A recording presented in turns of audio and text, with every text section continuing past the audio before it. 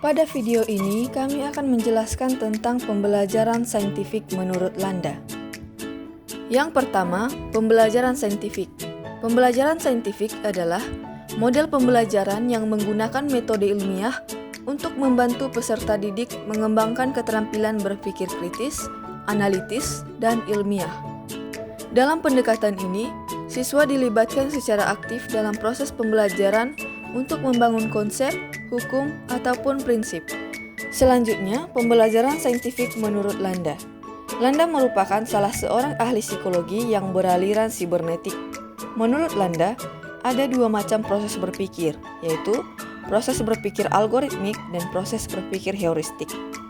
Yang pertama, proses berpikir algoritmik. Proses berpikir algoritmik yaitu proses berpikir linear, konvergen, dan lurus menuju ke satu target tertentu. Contohnya, kegiatan menelpon, menjalankan mesin mobil, dan lain-lain. Contoh berpikir linear yaitu, dalam pembelajaran matematika, kita belajar kalkulus materi turunan tingkat tinggi. Di situ, kita membahas mengenai turunan itu dan tujuan kita yaitu memahami apa itu turunan tingkat tinggi. Dan tidak akan mungkin memasukkan rumus vektor karena tidak ada keterkaitan dan tidak akan menemukan tujuan pembelajaran. Ini menunjukkan bahwa saat itu kita sedang berpikir satu arah atau linear. Selanjutnya, berpikir divergen. Contohnya adalah dalam pembelajaran matematika, kita juga belajar aljabar linear.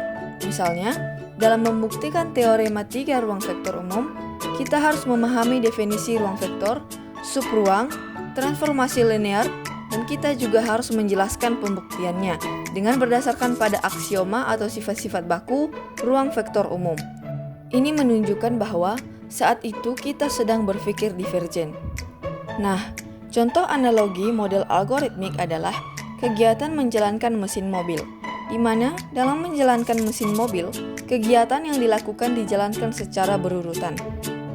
Yang kedua, proses berpikir heuristik, yaitu cara berpikir divergen menuju ke beberapa target sekaligus. Memahami suatu konsep yang mengandung arti ganda dan penafsiran biasanya menuntut seseorang untuk menggunakan cara berpikir heuristik. Contohnya, operasi pemilihan atribut geometri, penemuan cara-cara pemecahan masalah, dan lain-lain. Pendekatan heuristik menuntut peserta didik berpikir divergen dengan memikirkan alternatif jawaban dan beberapa sasaran. Contoh penerapan pembelajaran yang melibatkan proses berpikir heuristik misalnya, penemuan cara memecahkan masalah menggunakan metode problem solving. Selanjutnya, contoh berpikir heuristik. Contoh berpikir heuristik ada dua, yaitu yang pertama heuristik keterwakilan, yang dimana melakukan penilaian berdasarkan tingkat kemiripan. Misalkan ada seorang lelaki yang berambut gondrong dengan berpakaian celana yang robek dan memiliki tato, mungkin masyarakat akan berasumsi bahwa dia adalah seorang preman. Yang kedua, heuristik ketersediaan, di mana seseorang membuat keputusan berdasarkan contoh, informasi, atau pengalaman terkini yang tersedia. Meskipun itu mungkin bukan contoh terbaik untuk dasar pengambilan keputusan. Heuristik ini menganggap bahwa sesuatu yang dapat diingat pasti penting, atau setidaknya lebih penting daripada solusi alternatif yang tidak mudah diingat. Heuristik ketersediaan ada karena beberapa ingatan dan fakta kembali secara spontan, sedangkan yang lain membutuhkan upaya dan refleksi untuk diingat kembali.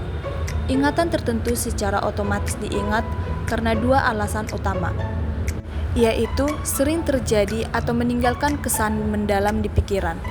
Meskipun heuristik ketersediaan sering mengarah pada penilaian yang akurat dalam berbagai skenario dunia nyata, hal ini masih rentan terhadap kesalahan dalam situasi tertentu yang dapat diprediksi, sehingga tidak selalu menjadi jalan pintas yang dapat diandalkan untuk pengambilan keputusan.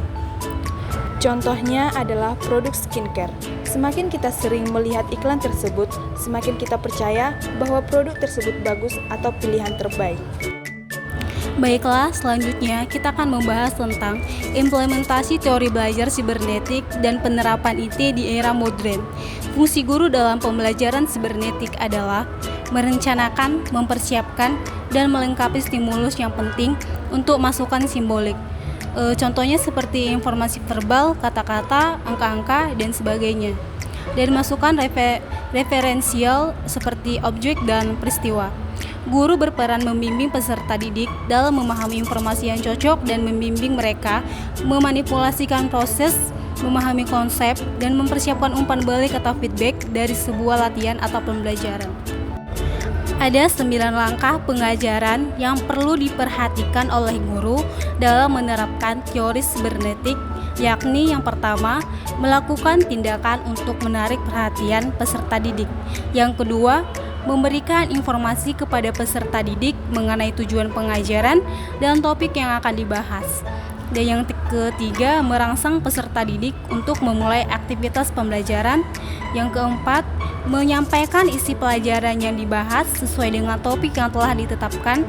Yang kelima, memberikan bimbingan bagi peserta didik dalam melakukan aktivitas dalam pembelajaran.